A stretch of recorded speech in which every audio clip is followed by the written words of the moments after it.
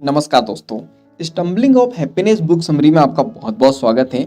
Stumbling of happiness Harvard university के प्रसिद्ध मनोवैज्ञानिक डेनियल गिलबर्ट द्वारा लिखी गई एक अद्भुत और वैज्ञानिक दृष्टिकोण से खुशी यानी हैप्पीनेस को समझाने वाली पुस्तक है। यह किताब पारंपरिक खुश कैसे रहे वाले दृष्टिकोण से हटकर यह बताती है कि हम भविष्य में खुद को खुश कैसे देखना चाहते हैं और क्यों हम अक्सर गलत अनुमान लगाते हैं कि क्या हमें वास्तव में खुश करेगा।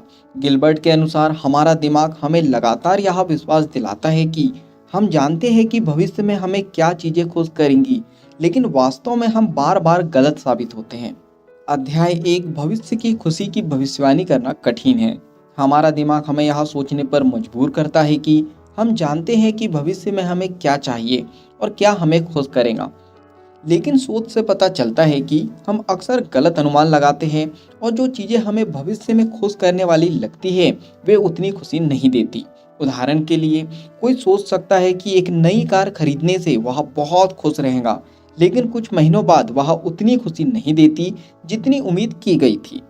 अध्याय 2 हमारा दिमाग अनुभवों को गलत तरीके से देखता है। हम अपनी पुरानी यादों को तोड़ मरोड़ कर देखते हैं और इसी आधार पर भविष्य की भविष्यवाणी करते हैं।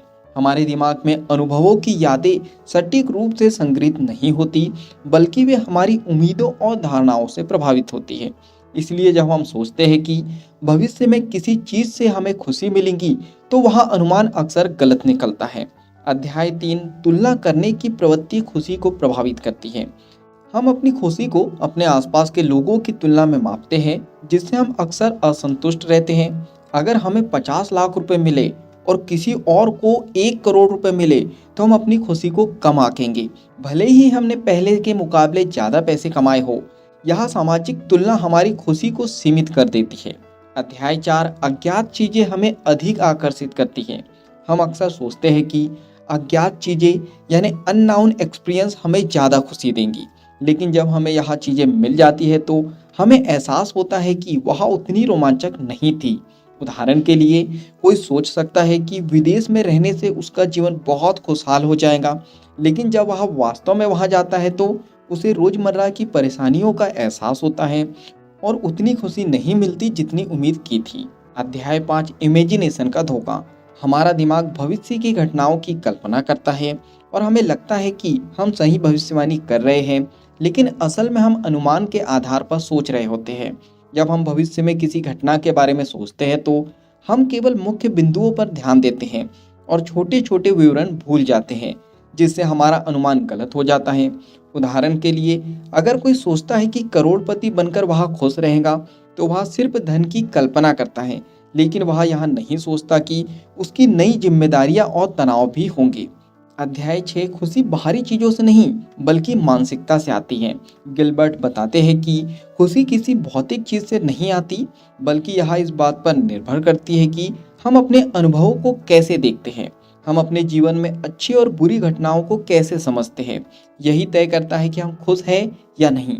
कुछ लोग साधारण चीजों में खुशी ढूंढ सकते हैं, जबकि कुछ लोग बहुत कुछ पाकर भी असंतुष्ट रहते हैं। अध्याय 7 सिंथेटिक हैप्पीनेस बनाम नेचुरल हैप्पीनेस। लेखक बताते हैं कि 2 प्रकार की खुशी होती है। पहली नेचुरल हैप्पीनेस, जब हम कुछ पाना चाहते हैं और वह मिल जाता है तो हमें खुशी मिलती है। दूसरी सिंथेटिक हैप्पीनेस, जब हम वह नहीं पाते जो हम चाहते थे, लेकिन हम खुद को समझा लेते हैं कि हम फिर भी खुश हैं।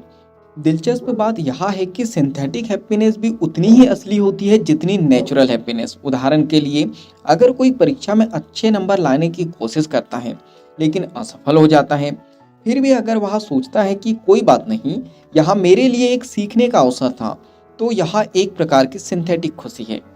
अध्याय 8 लोग अपनी खुशी का सही आकलन नहीं कर पाते। हम सोचते हैं कि हमें खुद पता है कि हमें क्या खुश करेगा, लेकिन शोध से पता चला है कि हम अपनी खुशी को लेकर खुद भी भ्रम में होते हैं। अगर हम उन लोगों से सीखें जो पहले से हमारे द्वारा चुने गए रास्ते पर जा चुके हैं, तो हम ज़्यादा सही निर्णय ले सकते हैं, लेकिन हम ऐसा नहीं करते क्योंकि हम सोचते हैं कि हमारा अनुभव दूसरों से अलग है। चलिए फाइनली इस बुक समरी के निष्कर्ष पर हम लोग पहुंच चुके हैं। स्टम्बलिंग ऑफ हैप्पीनेस बुक हमें यहाँ सिखाती है कि हम अपनी खुशी को लेकर जो अनुमान लगाते हैं वे अक्सर गलत होते हैं। हमारा दिमाग हमें यह विश्वास दिलाता है कि हमें पता है कि भविष्य में हमें क्या चीज़ें खुश करेंगी, लेकिन हकीकत में हम बार बार गलत साबित होते हैं। इसलिए लेखक हमें यह सलाह देते हैं कि हमें सिर्फ भविष्य की चिंता में नहीं जीना चाहिए, बल्कि वर्तमान में छोटी छोटी खुशियों को स्वीकार करना और आनंद लेना चाहिए। अगर आप अपनी खुशी को लेकर गहराई से समझना चाहते हैं और यह जानना चाहते हैं कि असली खुशी कहाँ से आती है, तो यह पुस्तक आपके लिए बहुत उपयोगी साबित हो सकती है। बुक में आपने कुछ अच्छा सीखा है और इस बुक का पूरा पढ़ना चाहते हो, तो नीचे डिस्क्रिप्शन में लिंक दे दी गई है। उस लिंक पे जाके आप बुक को खरीद सकते हो और बुक को पूरा पढ़ सकते हो। अगर इस बुक समरी में आपको कुछ भी पसंद आया हो तो आप वीडियो को लाइक कर सकते हो, कमेंट्स करके बता सकते हो कि इस बुक समरी से आपने क्या सीखा है और आगे क्या सीखना चाहते हो। इस बुक समरी को आप ज़्यादा से ज़्यादा लोगों तक के शेयर भी कर सकते हो, क्योंकि जब हम दूसरों की हेल्प करते हैं तो ये नेचर हमारी हेल्प करता है। अगर आप चाहते हो कि ऐसी ही वैल्यूबल बुक समरी आपको रेगुलर मिलते रहे, तो जल्दी से चैनल को सब्सक्राइब कर लेना है, बेल आइकन को दबा देना है, ताकि जब भी ऐसी वैल्यूबल बुक समरी चैनल पर डले तो उसकी नोटिफिकेशन सबसे पहले आपको मिल जाए। बाकी हम लोग मिलेंगे नेक्स्ट बुक समरी में, इसी तरह हंसते हुए, मुस्कुराते हुए, लाइफ में आगे बढ़ते हुए, कुछ नया नया सीखते हुए। जब तक के लिए thank you so much, bye bye and go for success.